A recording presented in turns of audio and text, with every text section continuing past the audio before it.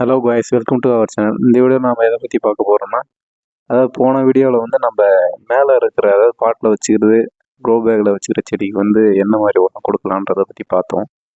ஈஸியாக சிம்பிளாக வீட்டில் கொடுக்குற மாதிரி ஓகேங்களா. அதுவுமே நம்ம இந்த ஒரு வாரம் வந்து மழை பெஞ்சுன்னா தண்ணி ஊற்றலை, இந்த கிரவுண்ட் லெவலில் வச்சுக்கிறதுமே நம்ம வந்து தண்ணி ஊற்றலை, அதாவது ஃபுல்லாகவே உங்களுக்கு வந்து ட்ரை ஆகி காஞ்சி போயிருக்கும் மண்ணே.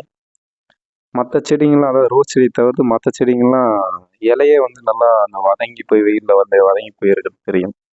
அதனால் ஃபுல்லாக வந்து தண்ணி விட்டு ஃபஸ்ட்டு நனைச்சிருவோம் தரையை. இது கிரவுண்ட் லெவலில் வைக்கிறது என்ன ஒரு பெனிஃபிட்னா, நம்ம எவ்வளோ தண்ணி வேணாலும் விடலாம், மணலுக்கு ஏற்ற மாதிரி, அதாவது அந்த மண்ணுக்கு ஏற்ற மாதிரி ஃபுல்லாக வந்து உள்ளே இழுத்துக்கும். இந்த மண் வந்து ஃபுல்லாக எவ்வளோ தண்ணி விட்டாலும் உள்ளே இழுத்துக்கும், ஒன்றும் தண்ணி நிற்காது. அதை வச்சு நம்ம வந்து தண்ணி விட்டுக்கிட்டே இருக்கலாம், அது மண்ணுக்கு ஏற்ற மாதிரி மாறும்.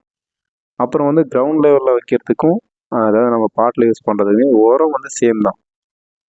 அதனால் இதுக்கு தனியாக யூஸ் பண்ணோம் அதுக்கு தனியாக யூஸ் பண்ணோன்றதுனால இல்லை, இதுக்கு யூஸ் பண்ணுறதே சேம் அதுக்கும் யூஸ் பண்ணிக்கலாம்.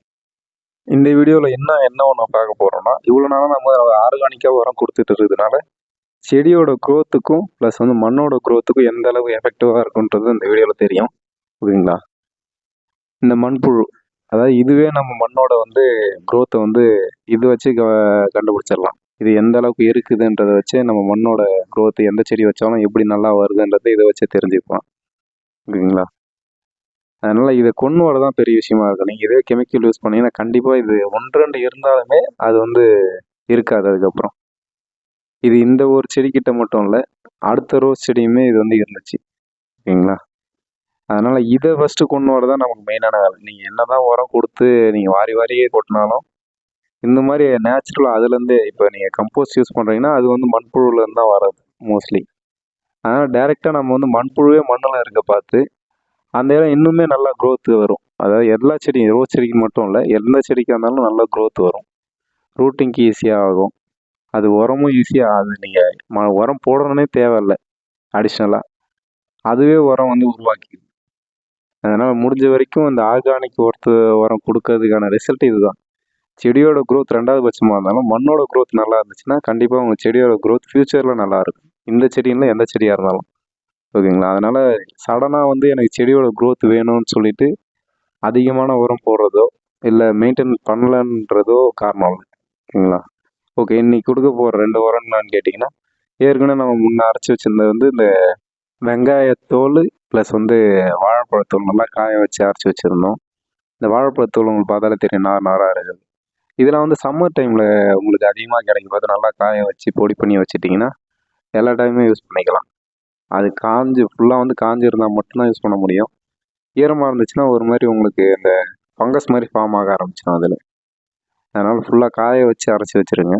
இது வந்து முட்டையோட ஓடு, அந்த முட்டையோட மேலே தோல், இதுவுமே நம்ம பவுட்ரு ஃபார்மெட்டில் வச்சுருக்கோம் சரிங்களா. இப்போ ரெண்டுமே மிக்ஸ் பண்ணி, அதாவது ஃபஸ்ட்டு வந்து எல்லாமே தனித்தனியாக கொடுத்துட்டு இருந்தோம். இப்போ ஒரு 10 நாளைக்கு மேலே ஆச்சு நம்ம உரமே கொடுக்கல, மழை பெஞ்சிருந்ததுனால. அதுக்கு முன்னாடி கொடுத்ததோட சரி. அதனால் இப்போயுமே ரெண்டுமே ஒன்றா மிக்ஸ் பண்ணி ஒரு உரமாக கொடுத்து விட்றலான்ட்டு ரெண்டுமே ஒன்றா மிக்ஸ் பண்ணி, இது இந்த மாதிரி மிக்ஸ் பண்ணி கொடுக்குறது எத்தனை நாளைக்கு ஒரு டைம் கொடுக்குன்னா, மாதத்தில் 2 டைம் மட்டும் கொடுத்தா போதும் ஓகேங்களா. அதுக்கு அடிஷ்னலாக நீங்கள் தனியாக கொடுத்தாலும் பிரச்சனை இல்லை. அதாவது நேச்சுரல் ஆர்கானிக் உரத்தை பொறுத்த வரைக்கும் நீங்கள் அளவுன்றது எவ்வளோ வேணாலும் கொடுக்கலாம், அது செடியை பொறுத்து மாறும். நீங்கள் இதுவே கெமிக்கல் பார்த்து அதுக்கு ஒரு ரேஷியோ இருக்கும், நீங்கள் அதிகமாக கொடுத்தீங்கன்னா செடி வந்து செத்து போயிடும் உடனே ஓகேங்களா. அதனால் கெமிக்கலோட ஆர்கானிக் வந்து உங்களுக்கு அந்த அளவுக்கு வந்து செடியை சாகடிக்கிற அளவுக்கு எஃபெக்ட் எடுக்காது, ஆனால் க்ரோத் கொஞ்சம் லேட் ஆகும்.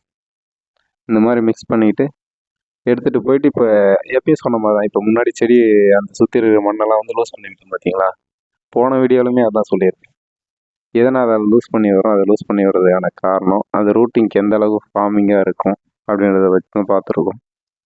இதை வந்து அப்படியே அடியில் ஃபுல்லாக, அதாவது நம்ம மண்ணை வந்து லைட்டாக பள்ளம் மாதிரி எடுத்துகிட்டு, அதை வேரை வந்து எடுத்துடக்கூடாது, வேரை ஒட்டின மாதிரி பள்ளம் மாதிரி எடுத்துகிட்டு அது உள்ளே சுற்றி போட்டு நீங்கள் மூடி விட்டுறலாம். நான் வந்து இதுக்கு மூடி விட்டு தண்ணி ஊற்ற போகிறதில்ல, ஏன்னா ஃபஸ்ட்லேயே வந்து இதில் தண்ணி விட்டாச்சு, ரொம்ப காஞ்சிருந்ததுனால தண்ணி விட்டுட்டு அப்படியே மூடி விட்டாலே போதும் சரிங்களா. இது மறுபடியும் ஆட்டோமேட்டிக்காக அடுத்த நாளில் தண்ணி விட பார்த்து இது அது ஆரம்பிச்சிடும். இதுலேயுமே பார்த்தீங்கன்னா உங்களுக்கு மண்புழு வந்துருக்கும் பாருங்கள். அதனோட செடியோட க்ரோத் நல்லா இருக்கிறதுக்கு காரணம் மண்ணோட க்ரோத் தான் ஓகேங்களா. நீங்கள் எந்த அளவுக்கு மண்ணோட க்ரோத்தை மெயின்டைன் பண்ணணும், அதுக்குன்னு நீங்கள் வந்து இந்த மண்ணை கொட்டினா மெயின்டைன் ஆகுமா, இந்த மண்ணை கொட்டினா மெயின்டைன் ஆகுமான்னு பார்க்குறத விட இருக்கிற மண்ணை எப்படி இன்னும் டெவலப் பண்ணலான்றதை மட்டும் பாருங்கள். அது இன்னும் காஸ்ட் அதிகமாக தான் ஆகும். நீங்கள் வேறு வேறு மண்ணை வாங்கிட்டு வந்து போடுறது. செம்மண் மோஸ்ட்லி யூஸ் பண்ணலாம். கிடைக்காதவங்க இருக்கிற மண்ணை எப்படி க்ரோத் பண்ணலாம் பார்த்துங்க. ஃபஸ்ட்டு வந்து ஒரு செடி காயுதுன்னா அது எதனால் காயுது, அந்த செடி சாகுதுன்னா எதனால் சாகுதுன்ற ஃபஸ்ட்டு தெரிஞ்சுக்க பாருங்கள். சரிங்களா? அது வேர்பூச்சாலையும் இருக்கலாம், இல்லை சப்போஸ் அடியில் ஏதாவது நீங்கள் தண்ணி ஊற்றின டைமிங் சரியில்லை, நல்லா வெயில் அடிக்கப்போ தண்ணி ஊற்றிருக்கலாம். அப்படி இல்லையா, நம்ம போன வீடியோவில் காட்டின மாதிரி ஏதாவது வண்டு போய் அந்த ஸ்டம்மை வந்து அரிச்சிருக்கலாம். அந்த மாதிரி நிறைய பிரச்சனை இருக்குது. அந்த மாதிரி எந்த பிரச்சனையும் நீங்கள் ஐடென்டிஃபை பண்ணால் மட்டும்தான் நீங்கள் அதுக்கேற்ற மாதிரி உரம் கொடுக்க முடியும் அந்த செடிக்கு. நீங்கள் மட்டும் செடி சாகுதுன்ட்டு நீங்கள் எல்லா உரத்தையும் யூஸ் பண்ணிட்டு இருந்தீங்கன்னா செடி கண்டிப்பாக வந்து திரும்ப வந்து பழைய மாதிரி வராது. ஓகேங்களா?